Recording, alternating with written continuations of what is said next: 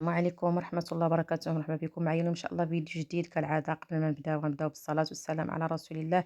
اللهم صل وسلم على نبينا محمد. اليوم إن شاء الله غنقدم معكم الحلوى البهلة الغنية عن التعريف اللي كتكون حاضرة في كل مائدة يوم العيد. غادي إن شاء الله نحضرها معكم مكونات بسيطة وسهلة، وإن شاء الله كنتمنى تبارطاجيو الفيديو مع الأحباب، واللي زار القناة ديالي أول مرة ما يبخلش عليا بلايك واشتراك وبواحد التعليق زوين إن شاء الله باش نبقى نقدم لكم كل ما هو جديد.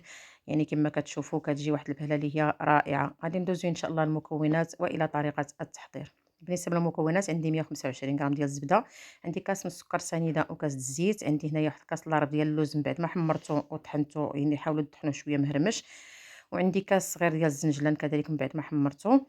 ما تحمروش بزاف، يعني غير شويه باش لان غادي يكمل طياب في الفران. عندي نص معلقه د القرفه، وعندي قبصه د الملح، واحد السكر الفانيلا، وعندي خماره ونص يعني ما يعادل 12 غرام، يعني وحده فيها 8 والاخرى فيها 4. غادي ندوزو ان شاء الله باش غادي نعجنوا المكونات. يعني البهله كتكون ساهله، ما كتكونش كتكلفش يعني واحد المجهود باش تتعجن. يعني ما بلا دليك بلا تماره كتوجد، وكتكون يعني واحد الشكل اللي كيكون مرضي وكتكون زوينه. في واحد القصريه غادي ناخذ ديك 125 غرام د الزبده، يعني حاولوا تاخذوها بدرجه حراره المطبخ، وغادي نضيفوا لها قبصه الملحه. يعني كما كنقول لكم دائما الملحه كتكون في الحلويات باش يعني كتعدل لنا الذوق، ما كيبقاش ديك الحلاوه مجهده. كنضيف داك الكاس ديال السكر سنيده، غادي نحاول ندخل داك الكاس السنيده في الزبده مزيان، يعني حتى كتذوب لي سنيده تقريبا.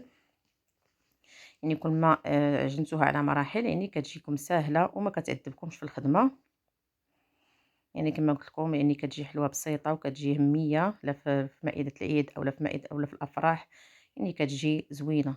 غادي نحاولوا نعجنوا ديك الزبدة مع السنيدة مزيان حتى يمتزجوا مع بعضياتهم. يعني كل ما خدمنا الزبدة غادي تعطينا الطعم اللي غنبغيو نكوروها. يعني تحاولوا ديروا الزبده بدرجه حراره المطبخ باش ما تعذبكمش في الخدمه. غادي نضيف داك الكاس ديال الزيت، غادي نحاول ندخل الزيت كذلك مع الزبده والسكر سنيده، نحاولوا نعجنوها مزيان مزيان. يعني كنعرفوا البهله ان الناس يعني كتحتاج كيقول لك كتحتاج دليك وكتحتاج قوه الخدمه، يعني هذه بلا دليك غادي ان شاء الله غادي تعطينا واحد النتيجه اللي غتكون مرضيه. غادي نضيف داك الكاس ديال الكيس ديال السكر الفانيلا عفوا، وغادي نحاول نخلط كما قلت لكم. يعني ضروري تدخلوا ديك الزبده والزيت، ندخلوهم مزيان مع بعضياتهم ومع ديك السكر سنيده. يعني هذا هو السر ديال النجاح ديال الحلويات كاملين، يعني ضروري تخدموا مزيان الزبده مع الزيت، ما تبقاش الزيت بوحديتها والزبده بوحدها والسكر بوحدو. يعني ضروري كتخلطوهم مزيان مزيان حتى كتحصلوا على واحد العجينه اللي كتكون على شكل بوماط. يعني كنستمر في الخدمه ديال الزبده مع السكر السنيده والزيت.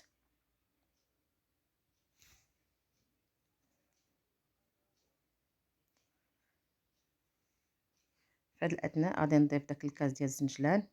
يعني كما قلت لكم الزنجلان ما تحاولوا ما تحمروش بزاف، يعني غير بحال يبدا يدخلوا الطياب وتحيدوه. غنضيف كذلك داك الكاس لار ديال اللوز، يعني وهاد هاد الزنجلان واللوز كيبقى على حسب بغيتو تزيدوا ولا تنقصوا. كنضيف داك المعلقه صغيره اولا نص معلقه ديال القرفه، وكنخلطهم مع بعضياتهم يعني حتى كيتخلطوا مزيان.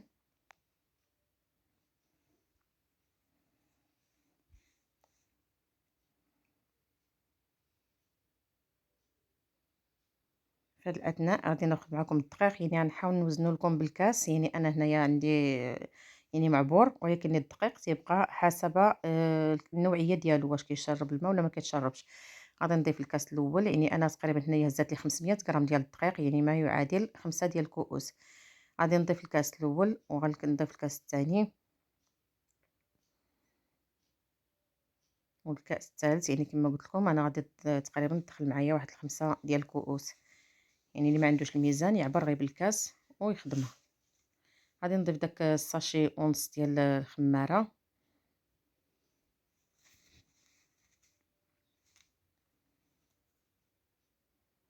يعني خماره تحاولوا ما تكثروهاش بزاف، يعني كاين اللي كيدير جوج ديال الاكياس في العجنه، ولكن ملي كتعطيها واحد المروره.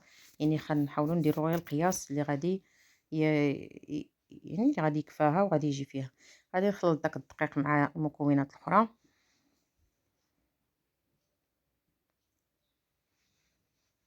يعني حنا كنعجنو، حنا كنحاولوا ندلكوا العجينه باش ما تعذبناش من نكونوا نكوروها. يعني قبيله ضفت 4 د الكؤوس، في هذا الاثناء غادي نزيد نضيف من الكأس الخامس وغادي نجمع العجينه. يعني العجينه ما تخليوهاش مرخوفه وما تجيش قاصحه بزاف، لان ما تخليوهاش كتفرتيت فوق القياس، لان الا خليتوها كتفرتيت فوق القياس ما غاداش تجمع معاكم. اللهم العجينه تكون يعني ما تكونش قاصحه بزاف وما تكونش مرخوفه، باش ملي كنكوروها كتعطينا ديك التشققه في التشققات في الوجه ديالها.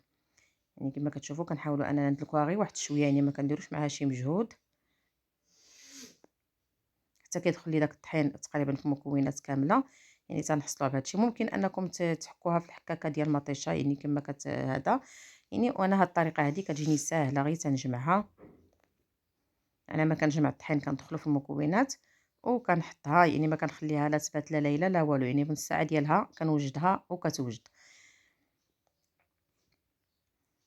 يعني كما كتشوفوا كنحاول ندخل داك الدقيق مع ديك المكونات الاخرى،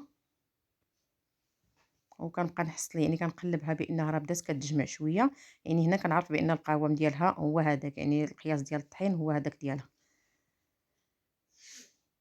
كما كتشوفوا يعني كنحصلوا عليها، هي ما كتكونش جاريه وما كتكونش، يعني كتكون بهذا القوام هذا، هي واخا باقا مفرته ولكن في نفس الوقت كتجمع. الان غادي ندوز باش نبدا كنشكلها. يعني كناخذوا كره على حساب القياس ديال كل وحدين، واش بغاها صغيره ولا كبيره، وكنحاول ندلكها واحد شويه ما بين يدي على ما كتبدا تتكور معايا، وكنحطوها يعني كما كتشوفوا كنحطوها في الصينيه ديال الفرن اللي غادي ندخلوها للفران. يعني كتكون ما كبيره ما صغيره باش كتجي يعني مقاده في الشكل ديالها.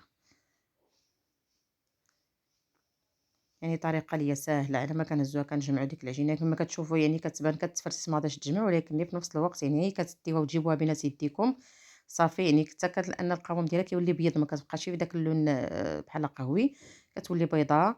يعني في هذا الشكل في هذا الاثناء كنعرفها بانها راه صافي. البهله ديالي غتصدق معايا 100%. يعني ضروري ملي تكوني كتكوروها كتبقى بحال تحكوها شويه بين يديكم وانتم كتكوروا. غادي نستمر هكذايا حتى نكمل الخليط كامل وغادي نوضعو في الصينيه ديال الفرن. الان بعد ما حطيتو يعني هاد الاثناء راه الفران كيسخن على درجه 100 كنشعل عليه غير من التحت، يعني حتى كيطيبوا من التحت، وعاد كنشعل عليها من الفوق حتى كتحمر وكتعطي دوك التشققات، عاد كنطلعها الفوق باش كطيب من التحت. يعني طيبتها انا غير في الفرن ديال الغاز، يعني كتجي واحد التشققات هي رائعه. يعني هي الشكل ديالها من بعد ما قديتها في الطبق ديال التقديم، يعني كتجي رائعه رائعه. كنتمنى ان شاء الله تجربوها وتبارطاجيوها مع الاهل والاحباب. يعني ما كتجي لا مدقصه من داخل لا والو، كتجي خفيفه وكتجي المذاق فيها رائع بديك النسمه د القرفه والفاني. وكنتمنى ان شاء الله تبارطاجيو الفيديو مع الاهل والاحباب، واللي زار القناه ديالي اول مره ما يبخلش ليا بلايك واشتراك. والسلام